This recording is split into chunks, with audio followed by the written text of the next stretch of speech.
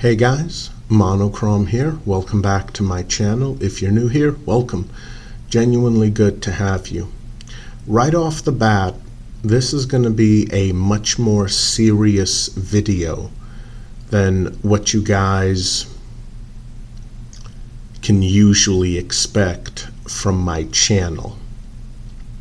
I'm making it because I want to clear up some things. The first thing is, if you took a look at the title, you know what this video is about. Hollywood has done the world a major disservice in the way it presents knife fights.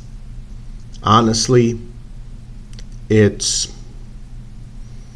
not even knife fighting. That is way the hell the wrong term to use. The proper term is knife combatives, because that's a lot closer to describing the reality of things. Now, one of the reasons that some of you probably think is that I don't have a lot of training or experience in knife combatives. No, it's actually the opposite. And it's one of the main reasons why you will rarely see me discuss knife combatives or using a knife for self-defense on my channel, or most individual techniques that rely on a knife. Little bit of background information. The high school I went to was a public high school. Nothing wrong with that, obviously. Some are better than others. Some are better staffed than others. The one I went to is a rather historical one in the neighborhood I used to live at the time. And it was a major hellhole where they had severe issues with violence, weapons, and drugs. Yeah. Thankfully, all of that got cleaned up. Now, we're talking a couple of decades ago. Maybe a little bit more, a little bit. And this high school was such a hellhole that almost every single student carried weapons to protect themselves. Obviously, not openly, that would be stupid. But yeah, guns were common, knives were common, flat box cutters were common. I mean, what can you say about a place where the good kids who want to learn, who want to get an education, every time they walk out the door, they have to remember, okay, I've got my pens, my pencils, I've got my notebooks, I've got my binder, I've got my erasers. Oh yeah, gotta remember to grab my gun, or my knife, or my box cutter. I mean, it was a messed up situation. Thankfully, we ended up getting a principal who got sick and tired of it and did a major job of cleaning things up. And we're talking some radical steps. One of them being, I have absolutely no clue what it feels like to hang out at a locker and just talk to my friends in between classes. Why? We had no lockers. Those who were in charge literally ripped them out of the walls. And that was very effective in preventing students from concealing guns, knives, drugs, because if you don't have a locker to hide it in, you obviously can't hide it in there. And there were some other changes. This particular high school was decades ahead of the time. This was back before school shootings became commonplace, where they were still unheard of. We had a somewhat elderly but very tough police officer. A few years from retirement, he would roam the halls,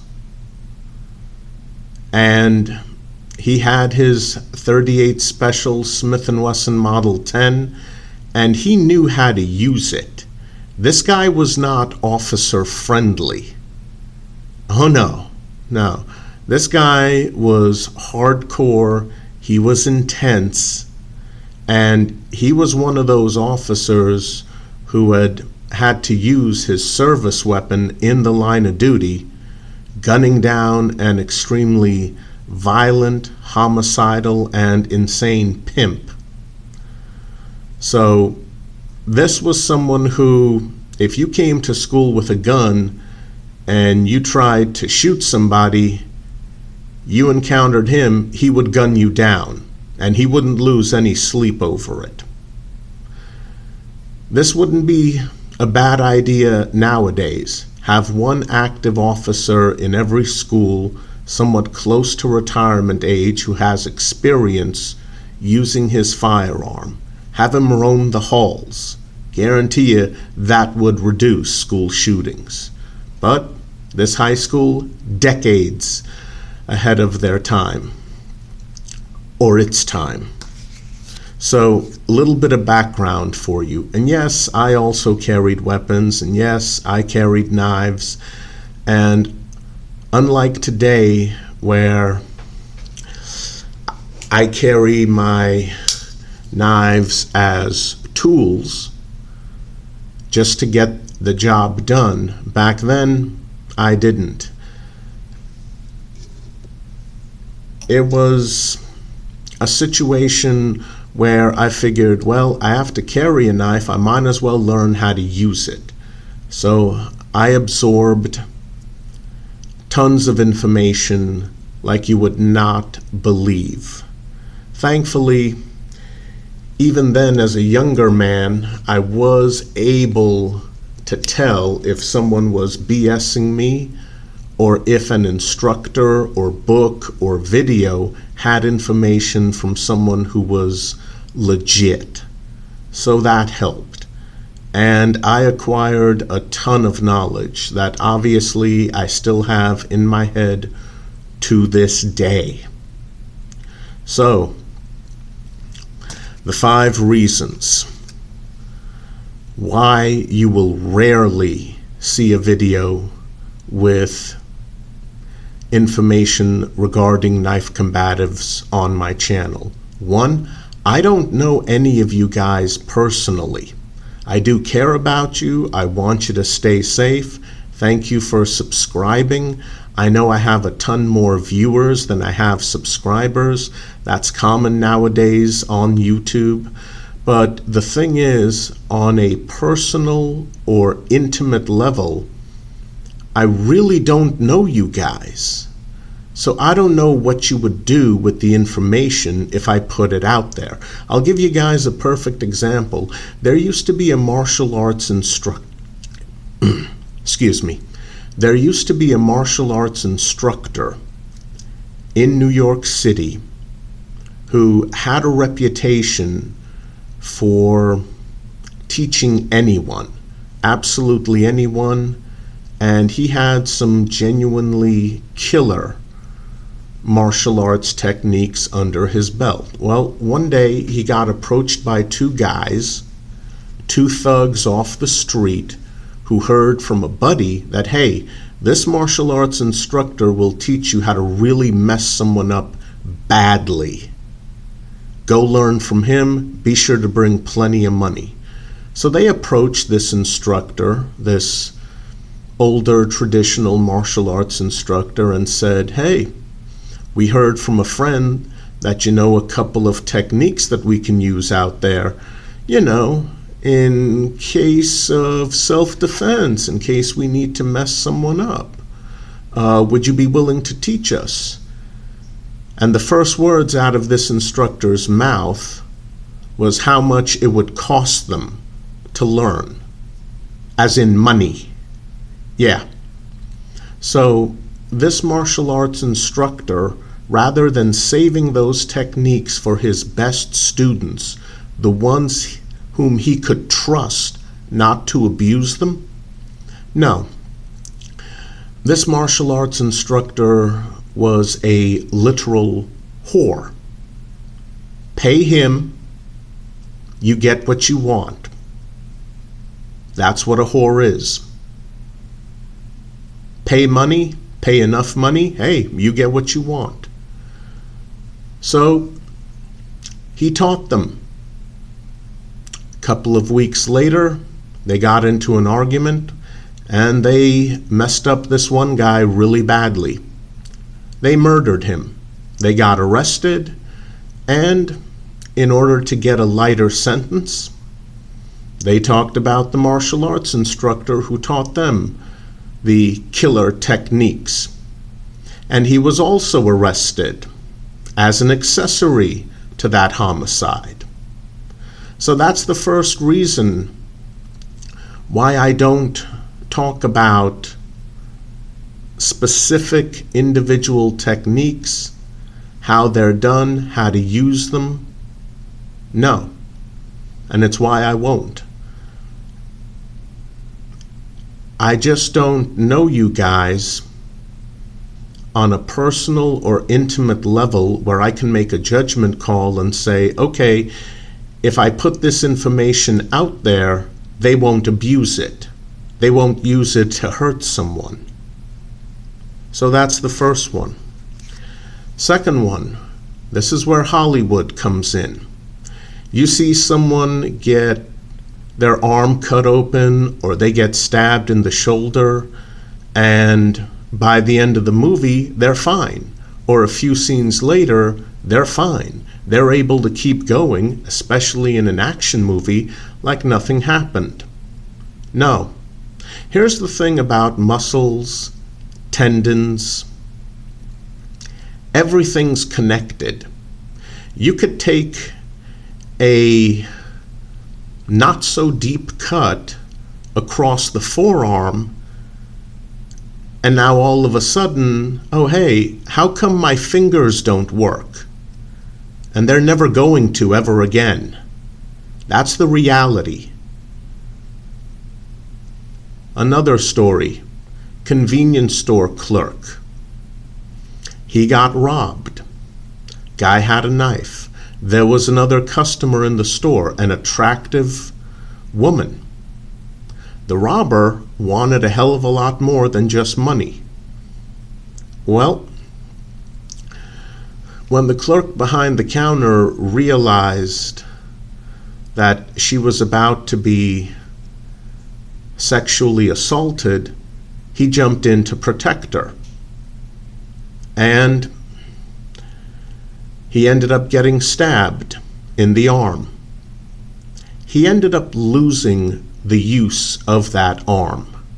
Like literally all he could do is just flap with his hands. That's it. He could hold up his arm with his other one and move it back and forth to wave at someone. This convenience store clerk literally lost the use of his arm, his hand, his fingers, because tendons, muscles, everything's connected. So that's another reason. If someone gets cut open in a fight, they might lose the use of that limb for the rest of their life. Sometimes injuries are permanent, and this is something that Hollywood has never shown, never demonstrated, and it's disgusting that they never have and likely never will. Third reason, going back to the first one, that martial arts instructor taught those guys. He ended up being arrested. Chances are the victim's family probably sued him as well. So if I put out information on the internet and you guys use that information, it's going to come back to me. Now I'm sitting in a jail cell. Now I'm being sued. Now I'm losing tons of money. Who needs that? Yes, number 3 is a bit of a selfish reason, but can you blame me? Number 4, there's a huge image problem with knives. Yeah, that is a wicked looking knife, isn't it? Yeah, honestly, that's just a hunting knife for skinning game animals. That's all it is. What you're looking at is not a fighting knife. This is a skinning knife. You can tell by the huge belly in the blade. This is something for skinning wild game after they've been killed. This is not a fighting knife, but wow, look at how wicked that blade looks. Isn't that impressive? So this relates to image. People can picture a doctor or a judge or someone in a respectable profession being accosted by a violent criminal and pulling out a gun. Maybe not necessarily a Glock 17, but how about a Smith & Wesson Model 36? A small revolver, something with a great image for being a self-defense pistol. People can picture individuals in respectable professions pulling out a gun to defend themselves if need be. Let me ask you something. Can you picture a judge, a paramedic, or anyone with a respectable profession pulling out something wicked looking like this and using it to defend themselves? No, of course not. Knives have an image problem, especially here in America. Even something like this hunting knife. Wow, check out those wicked looks. No one respectable would use that for self-defense. And absolutely, if you end up in front of a jury because, oops, you had to kill the violent criminal trying to murder you, good luck convincing them that your knife is a self-defense tool and that you carry it with you on a daily basis for that. Good luck to you.